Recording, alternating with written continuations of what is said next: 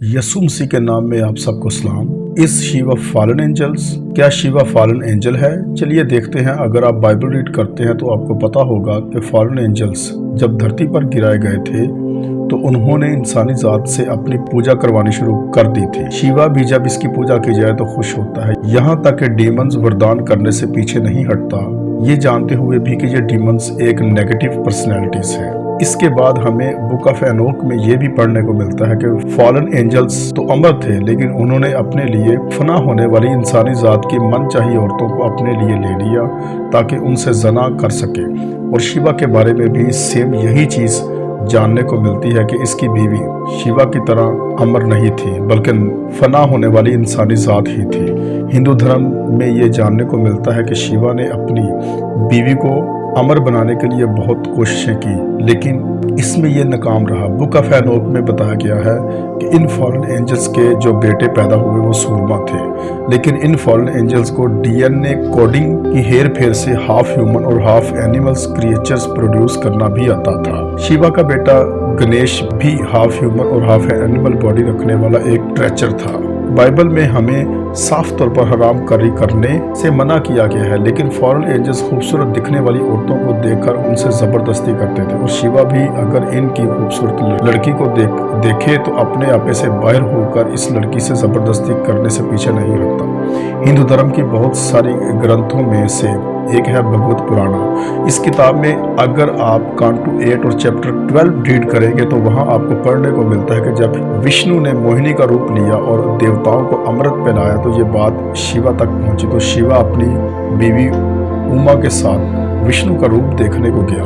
वहां पहुंचकर जब शिवा ने विष्णु से कहा कि उसको भी विष्णु का ये मोहिनी रूप देखना है कि विष्णु ने एक अजीब सुंदर औरत का रूप ले लिया है और वो पेड़ के पीछे खड़ी एक गेंद यानी एक बॉल से खेल रही है। आगे साफ लिखा है कि शिवा काम वास्ता से भरकर पास खड़ी अपनी बीवी को भी भूल जाता है और भागकर इससे जबरदस्ती करने की कोशिश करता है, लेकिन बचाव में ये अपने आप को छुड़ाकर यहाँ वहाँ भागती है और शिवा भी इसके पीछे भागकर बहुत ही निर्दयी रूप से इसे बालों से पकड़कर घसीटता हुआ खींच लेता है और इसके साथ गलत हरकत को अंजाम दे देता है। इस चीज के बारे में भी ब्रह्मांड पुराना में लिखा गया है। इसके बाद विष्णु और शिवा का एक बेटा भी पैदा हुआ जिसका नाम अयप्पा था, जिसको आप गूगल भी कर सकते हैं। इनमें से कोई भी चीज मैंने अपने आप से नहीं कही। ये एग्जैक्ट सेम चीज कांटू 8 और चैप्टर 12 में ऐसी ही लिखी गई है। बाइबल कहती है कि ऐसी हरकतों को करने वाला खुदा की बादशाहत में कभी एंटर नहीं कर सकता। पहला कुरिन्थियों बाब 6 और वर्ष 9 और 10 में लिखा है,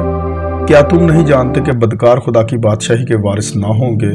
फरेब ना खाओ, ना हरामकार खुदा की बादशाही के वारिस होंगे। न बुत परस्त, न जनाकार, न अयाश, न लौंडेबाज, न चोर, न लालची, न शराबी, न गालियां बकने वाला, न जालिम। यहीं पे हमें दिखने को मिलता है कि विष्णु और शिवा दोनों जना के काम को अंजाम देते हैं, लेकिन बाइबल को रीड करने वाले इस बात को जानते हैं कि बाइबल इस चीज का साफ तौर से अनगिनत बार मुखालफत करती है। अस्तिस्ना चैप्टर 18 और वर्ष 22 में लिखा है, तू मर्द के साथ सोहबत ना करना जैसे औरत से करता है, ये नहायत मकरूह काम है। बट फॉरेन एंजल्स इस चीज को बढ़ चढ़कर बढ़ावा देते थे।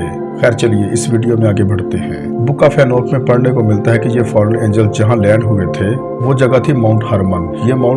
ये माउंटेन लिबनान और सीरिया की सरहद पर आज भी मौजूद है। साल 1666 में लुइस 14 ऑफ फ्रांस ने जब इसका मुआयना किया तो उन्होंने डिक्लेयर किया कि ये मेडियन पॉइंट एक्यूरेट से एग्जैक्ट 33 डिग्री ईस्ट और 33.33 डिग्री नॉर्थ में है। 1/3 ऑफ एंजल्स जो लूसीफर के साथ हो लिए थे, इनकी गिनती भी कई लोगों के द्वारा 33 या 33.33 करोड़ बताई जाती है और यही एग्जैक्ट गिनती हिंदू धर्म के देवताओं की भी बताई जाती है, जिनमें से शिवा भी एक है।